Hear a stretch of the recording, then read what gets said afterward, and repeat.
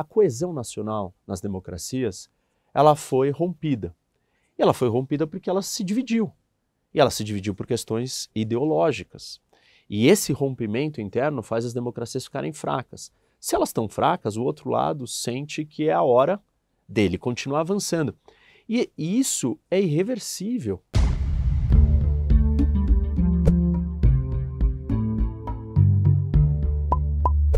Olá, bem-vindos ao canal 1 Brasil, uma realização da FEComércio São Paulo.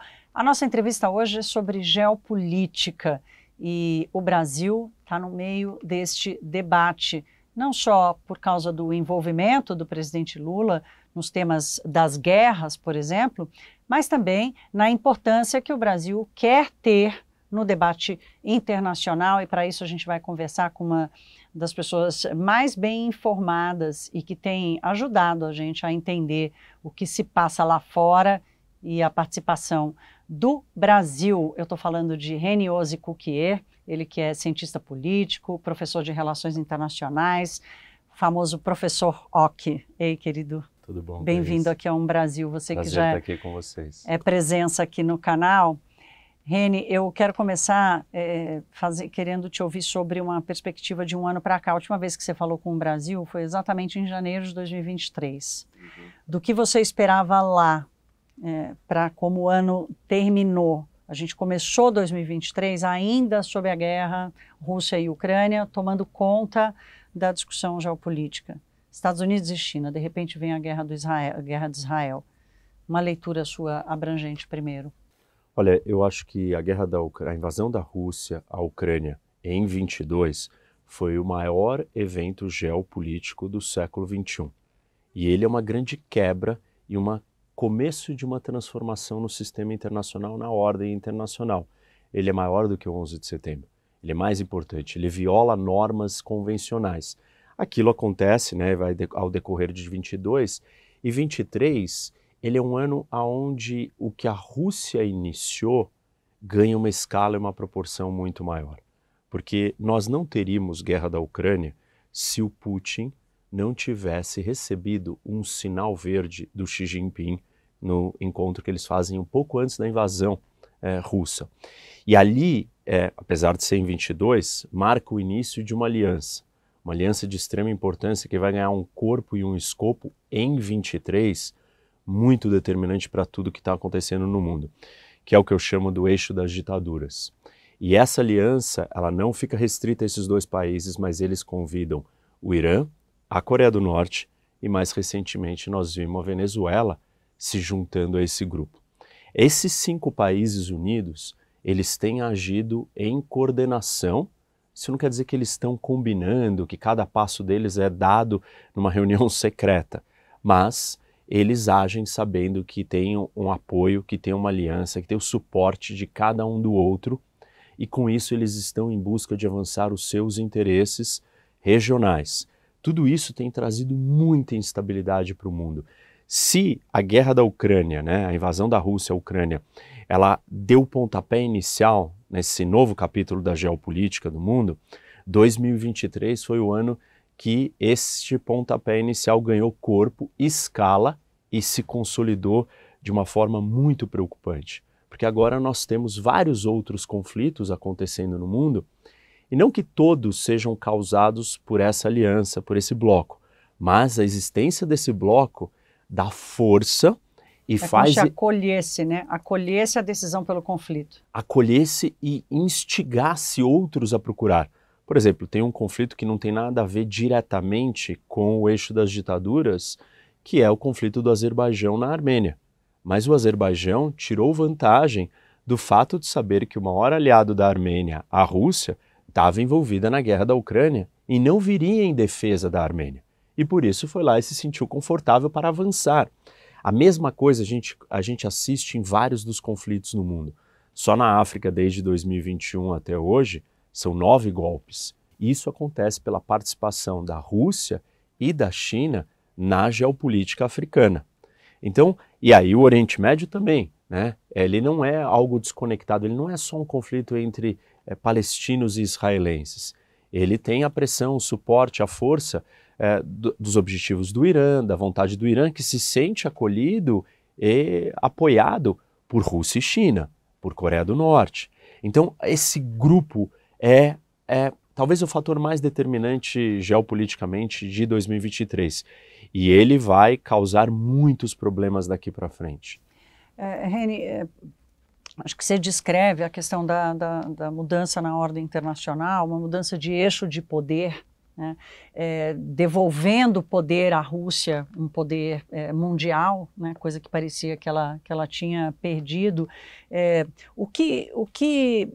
Onde foi a lacuna, por exemplo, da Europa, ou mesmo dos Estados Unidos, que não percebeu que esse eixo estava se formando e que ele, em alguma medida, ele tomaria proporção? Há um erro ou não era possível fazer essa leitura? Eu acho que tem um erro e um comodismo. Então, a Europa, particularmente, ela não quer lidar com esses problemas de segurança internacional. Ela se acostumou a delegar isso para os Estados Unidos. Ela vem de uma história de 2 guerras, de muita destruição. Então, ela não tem a disposição, o ânimo, a energia, a vontade de se envolver nas questões estratégicas, geopolíticas, de defesa. A gente pode medir isso de muitas maneiras. Uma das mais fáceis e óbvias é o quanto que eles gastam com defesa, que é uma crítica recorrente dos americanos em relação aos europeus. Então, eu acho que essa é uma característica cultural e política da Europa pós-Guerra Fria, até a Segunda Guerra, de certas maneiras. O outro lado é uma aposta que os europeus fizeram, não todos, mas a Alemanha, por exemplo. Ela entendeu que ela poderia cooptar os russos a se transformarem na base do comércio, dos negócios, vamos ganhar dinheiro. Isso, vamos ser amigos e ganhar dinheiro juntos, que nós vamos mudar a natureza do Putin e da Rússia. E você não muda uma cultura política simplesmente porque você está dando ganhos. O que acontece é que quando você dá ganhos econômicos para um país com uma certa postura política e geopolítica, você, na verdade, dá poder para ele. Fortalece. Isso. E o que foi exatamente isso que os alemães fizeram.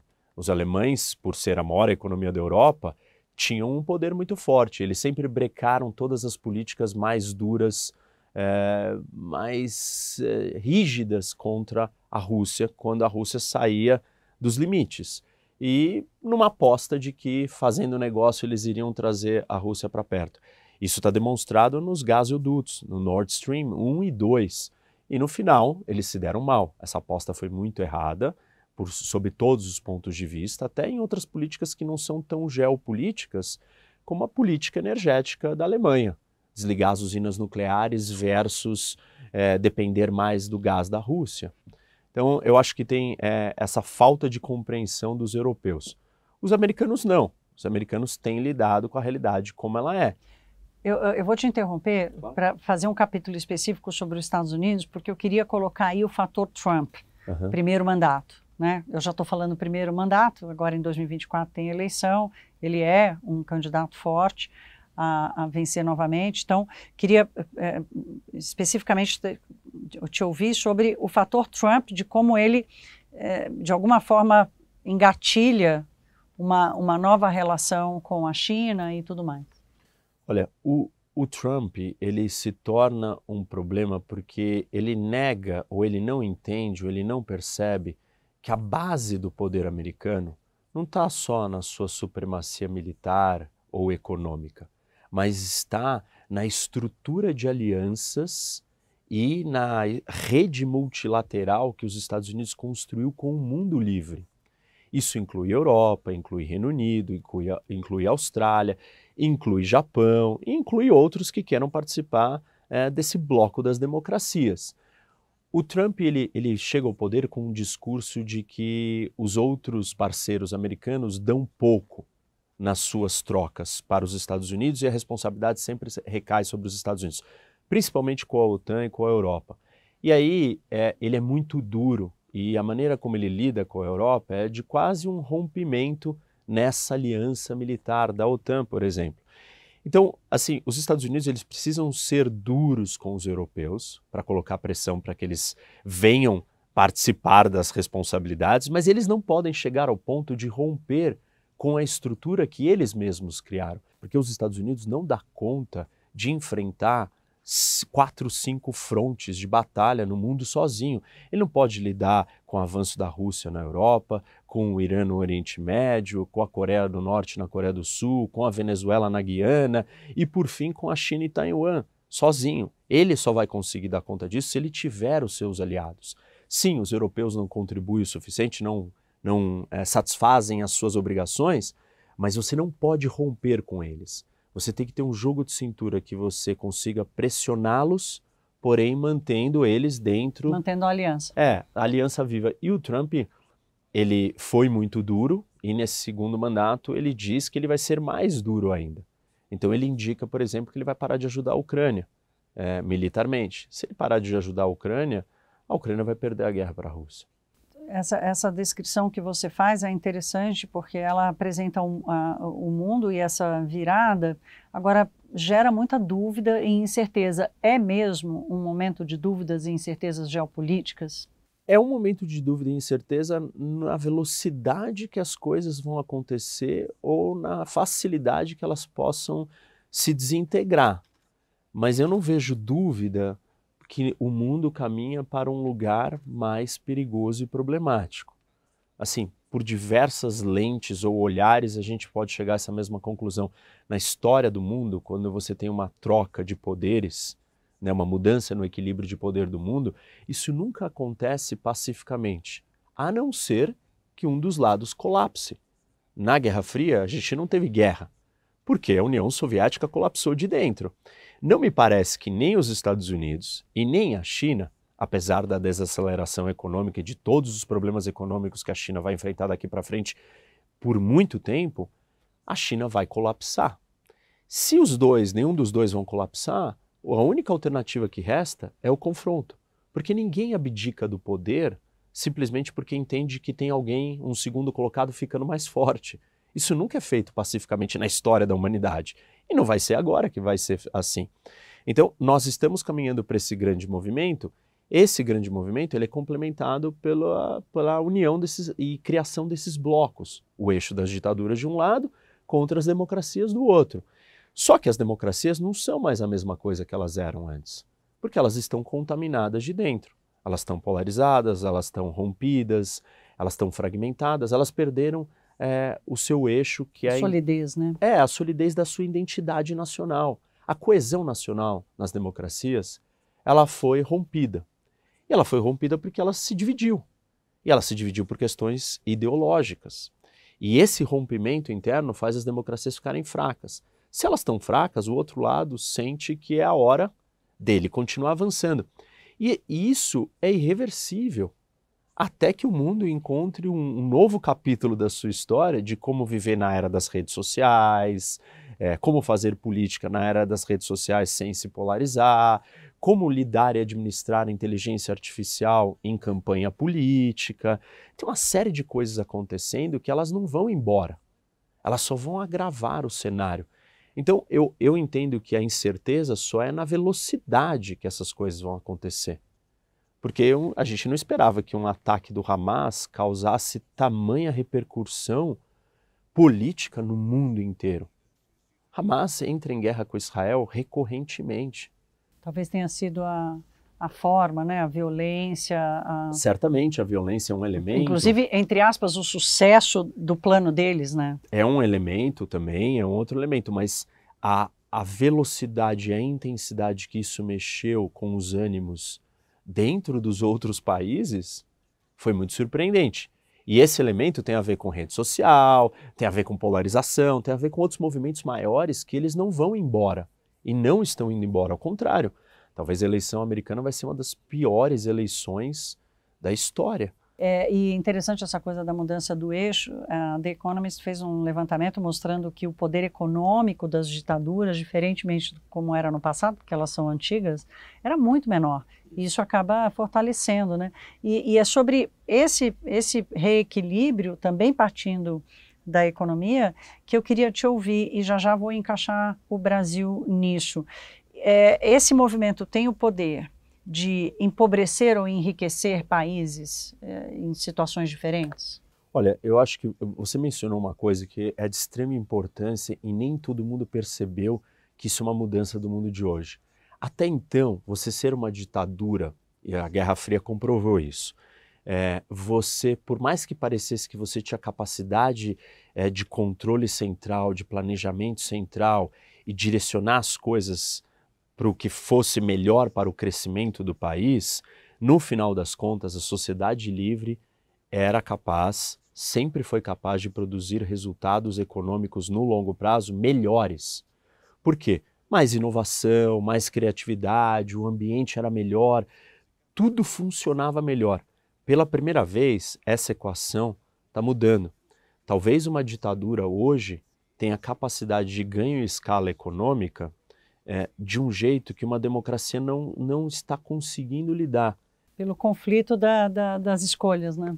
E pelo problema que a nova economia, a economia digital, trouxe para as democracias. Porque se a nossa vida é dentro da rede social, dentro do mundo digital, e o mundo digital ele é guiado por um algoritmo que visa o lucro máximo, focado na pior emoção possível do ser humano, e uma sociedade democrática precisa ou depende de uma boa relação social e emocional com o seu estranho, você começa a colocar as democracias numa situação de instabilidade muito grande, a ponto que a sua performance econômica fica comprometida perto de uma outra que controla essa ferramenta da rede social e da inteligência artificial.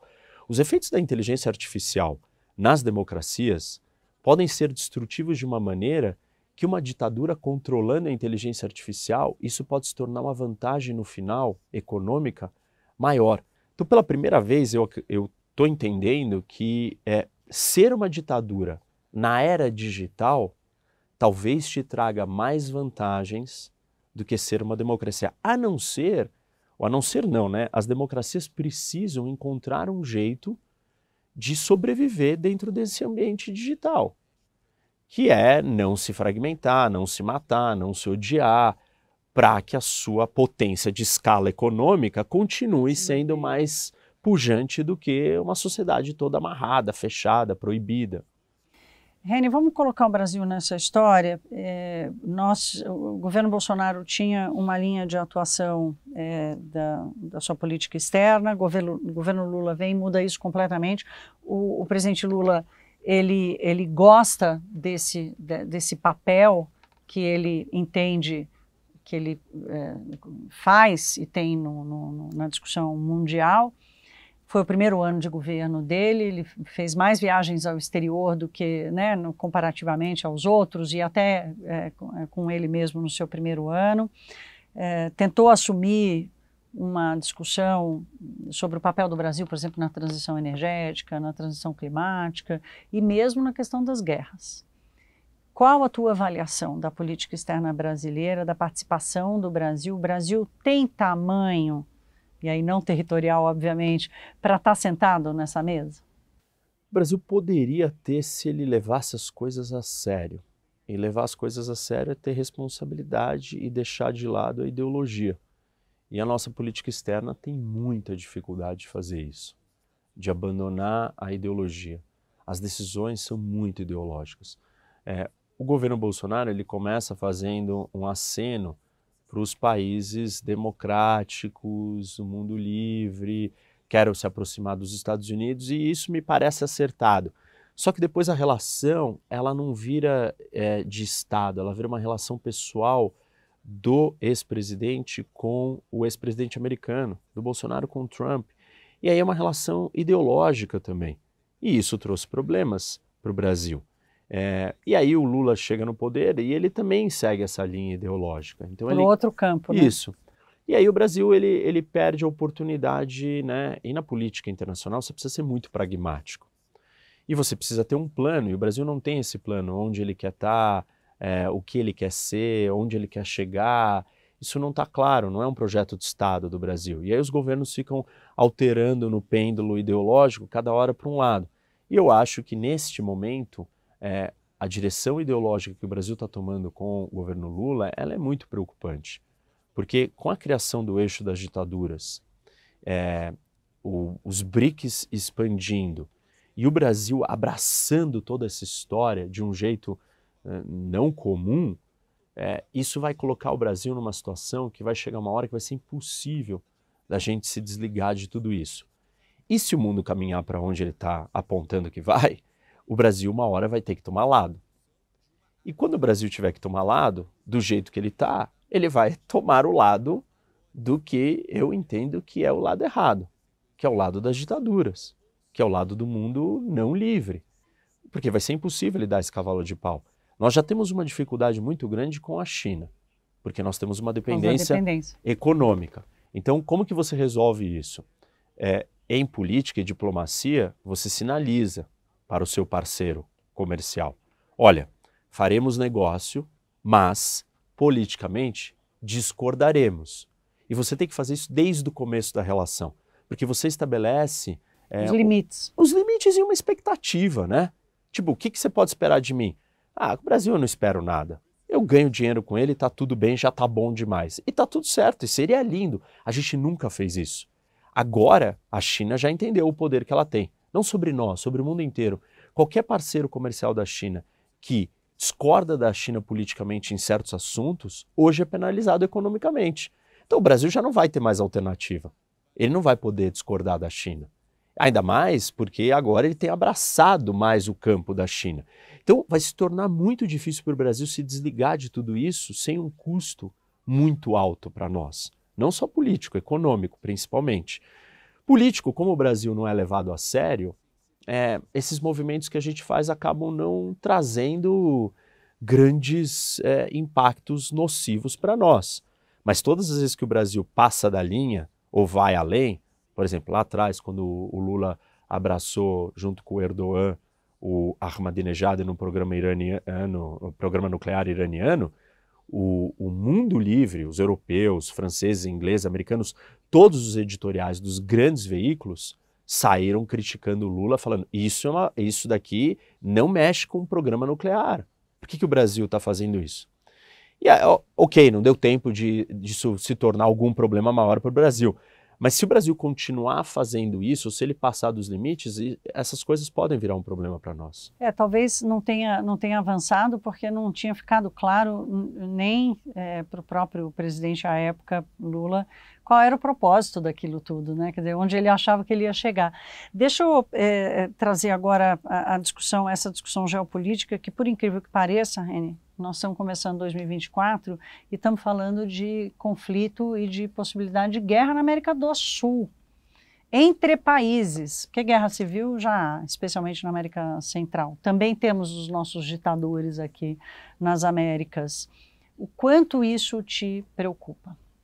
Muito, porque a gente tem que entender que a Venezuela não estaria dando esse passo se nós não tivéssemos a consolidação do eixo das ditaduras em 2023.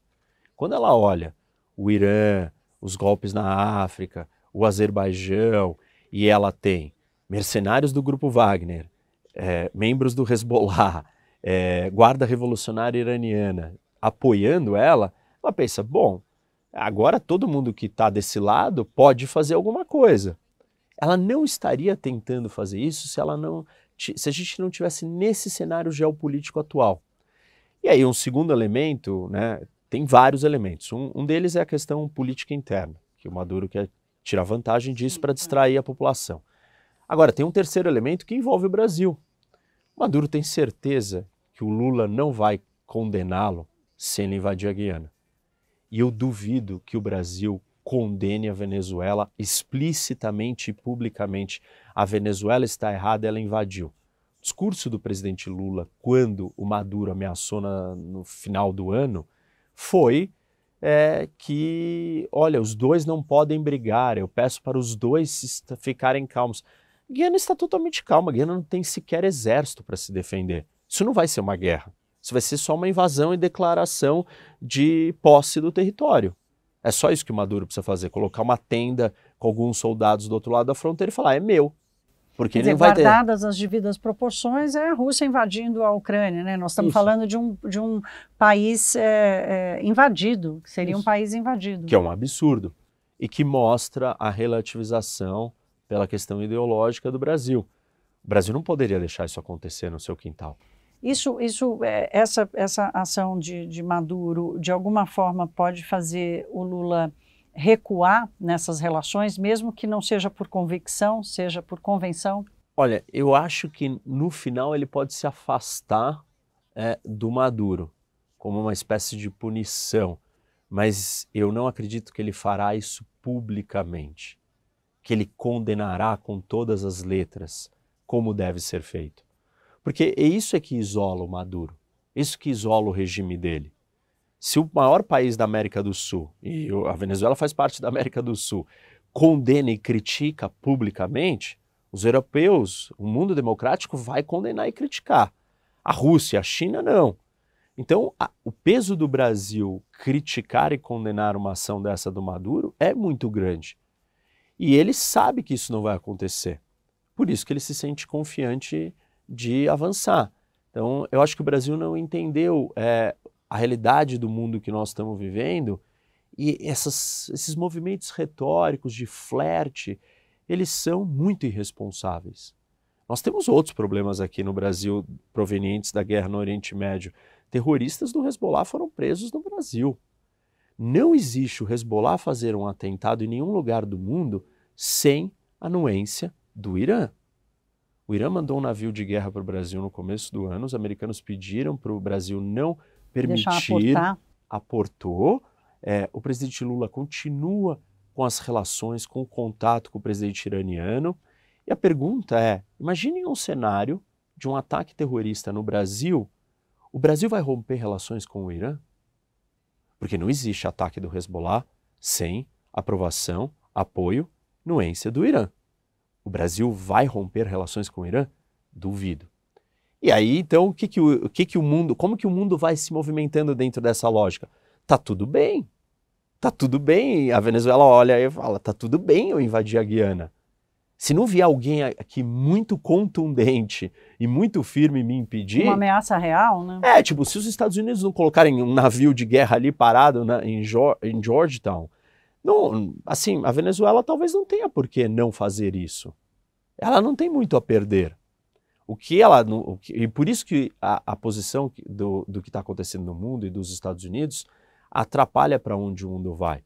Porque se os Estados Unidos estão lidando com a Ucrânia, né, com a Rússia na Ucrânia, com o Irã no Oriente Médio, com Hamas, com Houthis no Iêmen, com Coreia do Sul, Coreia do Norte, com China e Taiwan, e aí eles não estão preocupados com a Guiana. E aí a Venezuela se sente tranquila. Do mesmo jeito que o Azerbaijão viu uma oportunidade pelos russos não estarem do lado da Armênia. E assim a gente vai vendo várias coisas se desencadeando no mundo, graças a isso, a África e outros lugares. Então, eu acho que assim, existem alguns países do mundo que não tomaram lado. A Índia é um deles, o Brasil é outro, a África do Sul é outro. Esses países, esses três, por um acaso, estão nos BRICS. Os BRICS decidiu se expandir para se tornar um grande bloco de ditaduras. Esses países vão fazer muita diferença para impulsionar a velocidade daquela incerteza que você me perguntou, ou não, ou para segurar as rédeas e ajudar o mundo a ir com mais calma para esse lugar que ele está indo. Para a gente terminar, Reni, eu queria tratar aqui dos organismos multilaterais. O que a gente está assistindo, o que a gente já assistiu com a guerra na Ucrânia, né, depois de um tempo, eu sou jornalista, posso dizer, né, depois de um tempo a gente diz que a notícia vai descendo, né, das páginas. A guerra da Ucrânia foi descendo das páginas e a mesma coisa está acontecendo com a guerra de Israel e provavelmente vai acontecer com as outras guerras. Eu queria te ouvir sobre essa coisa da notícia descer, ela é normal, faz parte da história em todas as guerras, mas a minha percepção hoje é que a normalização acontece mais rápido, a normalização da convivência com uma guerra tão perto acontece mais rápido, e o contraponto, que sempre foram os organismos multilaterais, hoje não é mais tão forte. Como é que a mediação vai se dar e qual é o efeito que essa normalização mais rápida da convivência com a guerra pode provocar? Eu acho que a questão da normalização, ela é um sinal de quanto o mundo vai se desordenando, se desorientando, e quanto que esse caldo vai esquentando e as pessoas não vão percebendo. E aí, de repente, elas já não conseguem ver as conexões entre todos esses eventos. Do mesmo jeito que elas não entenderam que o início da Primavera Árabe é o responsável pelo Brexit. A Primavera Árabe causa vários golpes, um deles vira uma guerra civil gigante, com milhões de refugiados que vão para a Europa, que é a guerra da Síria. A questão dos refugiados altera a política interna europeia e se torna um dos grandes temas para o Reino Unido sair do projeto europeu. Então, essas coisas estão sempre interligadas. Se nós vamos tendo mais guerras e todas vão sendo normalizadas e nenhuma totalmente resolvida, o que está acontecendo é só um alastramento desse problema.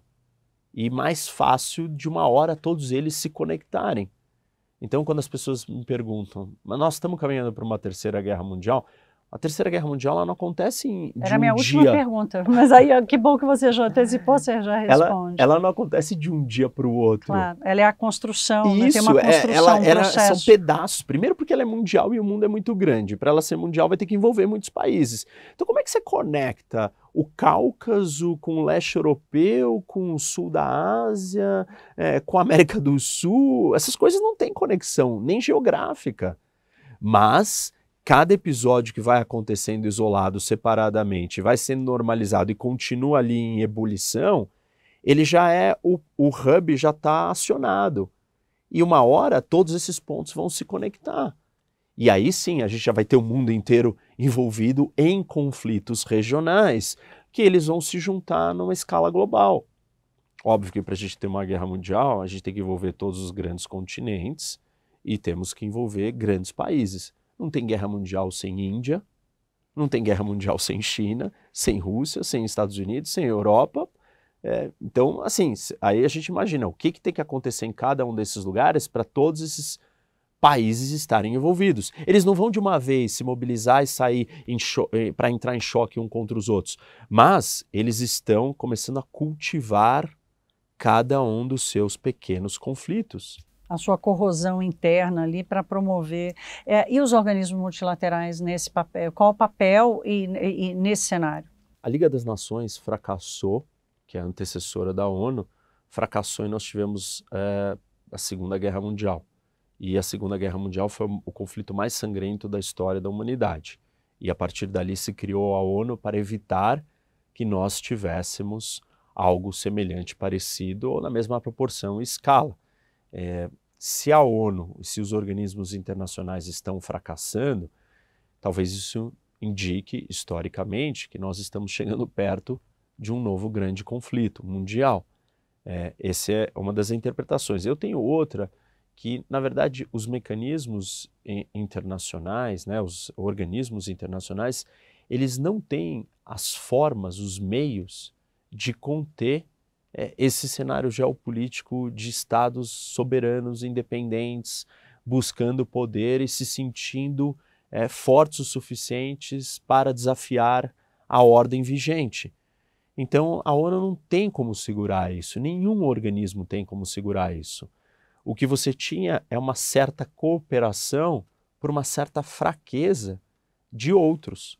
Então, a China não se sentia forte o suficiente para começar a desafiar a ordem internacional como ela está fazendo agora. E ela está fazendo isso agora porque ela está mais forte. Ou seja, a gente não conseguiu construir nenhum mecanismo internacional, nenhum organismo internacional capaz de conter a essência e a natureza do sistema de entrar em choque em última instância. É uma questão de tempo até que você tenha forças se sentindo suficientemente capazes de desafiar a ordem vigente. E essa é a história do mundo. A história do mundo é uma história de alternância de impérios, de poderes, que se sentem fortes para tirar o lugar do outro, e toda vez que isso acontece, nós temos um grande choque no mundo. Nenhum organismo internacional evitou isso de acontecer. Os organismos internacionais mal evitaram alguns conflitos menores. E agora nós estamos caminhando para conflitos maiores. Não acho que a ONU poderia brecar o que está acontecendo. A ONU é apenas um reflexo, um espelho da ordem internacional criada pelos estados, onde eles são soberanos e eles mandam. Reni, para a gente terminar, eu quero saber de você o que você destaca, assim, no que a gente tem que ficar de olho, que sinais que serão importantes. Obviamente, a eleição nos Estados Unidos é o mais importante, mas agora, em 2024, o desfecho da Ucrânia, o desfecho de Israel, são pontos óbvios, algum outro, ou o nosso aqui na América do Sul com a Venezuela? Eu acho que nós temos que prestar atenção na movimentação do eixo das ditaduras, como que essas alianças se fortalecem e como que elas se ajudam, porque elas são a fonte de instabilidade hoje no mundo. É a Rússia se movimentando em relação à Ucrânia, o Irã no Oriente Médio, é a Coreia do Norte na Coreia do Sul, é a China em Taiwan e a Venezuela na Guiana. São 5 grandes ditaduras avançando. E tem os conflitos menores que também são produto da movimentação dessas 5, como eu mencionei aqui. Então, eu acho que esse é um ponto importante. O segundo ponto é que mais de 50% da população da humanidade em 2024 participará de eleições. E esse número é muito grande. Uma grande parte dessas eleições são eleições de fachada falsas, como a da Rússia e outras. Mas tem eleições muito importantes, como a americana, a Índia também vai ter eleições, e nós temos outras eleições aqui menores. Temos uma eleição extremamente importante em Taiwan, que vai ditar muito do humor chinês em relação, dependendo de quem ganhar essa eleição. Nós temos eleição na Venezuela, nós temos eleição em muitos lugares e são eleições importantes. Então as eleições vão dizer se o mundo acelera essa instabilidade ou se ele consegue colocar uma trava. Não me parece que os prognósticos são de trava, são de aceleração, porque eu não vejo perspectiva na eleição americana, eu não vejo perspectiva em muitas dessas eleições de mudança. Eu não vejo o Maduro perdendo a eleição. Então, isso me parece preocupante. Tem algumas outras coisas curiosas que estão acontecendo e que a gente tem que abrir o olho para perceber se elas vão se replicar em 24. Uma delas hoje, um dos grandes fornecedores, 2 dos maiores fornecedores de arma para a Rússia são o Irã e a Coreia do Norte. Isso é, no mínimo, atípico. A Rússia é uma grande potência nuclear, nunca ninguém imaginou que a Rússia ia depender de armas de países tão problemáticos, pequenos, fechados e estranhos, quanto Coreia do Norte e Irã. Isso é um sintoma dessa nova realidade. E eu acho que a gente tem que procurar para novas alianças políticas que demonstrem coisas parecidas com essa. Que tem um sentido meio esquisito para a história como esse. Porque entendi. Elas indicam mudanças de coisas e o tabuleiro geopolítico muda junto com isso. E por fim, o que eu acho que a gente tem que ficar muito atento é a questão da tecnologia. As ferramentas de tecnologia, principalmente inteligência artificial. Os impactos geopolíticos e políticos dessas ferramentas no mundo serão imensos e devastadores. Se a gente está falando de potencial de terceira guerra mundial porque o mundo está dividido em 2 blocos, talvez não seja nem por isso. A gente pode ter um grande conflito causado por uma dessas tecnologias, não entre países. Essas tecnologias destruírem as relações humanas de muitas maneiras. Então nós assistimos em 2023 a consolidação dos LLMs, os Large Language Models, que são as inteligências artificiais de domínio da linguagem. E isso tem um impacto gigantesco para o mundo e para a humanidade. Muita gente está dizendo que 2024 será a última eleição, as últimas eleições feitas por humanos. Dali para frente, ou 2024 em diante, nós vamos ter só eleições feitas por inteligência artificial. A gente não sabe como que tudo isso vai mudar a natureza das relações humanas, porque a possibilidade de fake news, a possibilidade de disseminação de narrativas em escalas inimagináveis, embasadas em relações íntimas entre humanos e inteligência artificial, que você nem sabe que você está interagindo com uma inteligência artificial, são devastadoras. Imagina pegar tudo que a rede social fez para o ambiente político do mundo e potencializar por 1000. Então, olhar para a inteligência artificial e para onde ela está indo e tentar entender quais são os impactos dela na sociedade politicamente, geopoliticamente e não economicamente, é um dos grandes desafios e uma das maiores atenções. Reni Ozi-Cukien, cientista político, professor de Relações Internacionais, traçando um cenário preocupante, mas importante para a nossa compreensão. Obrigada, meu caro. Obrigado, prazer estar aqui.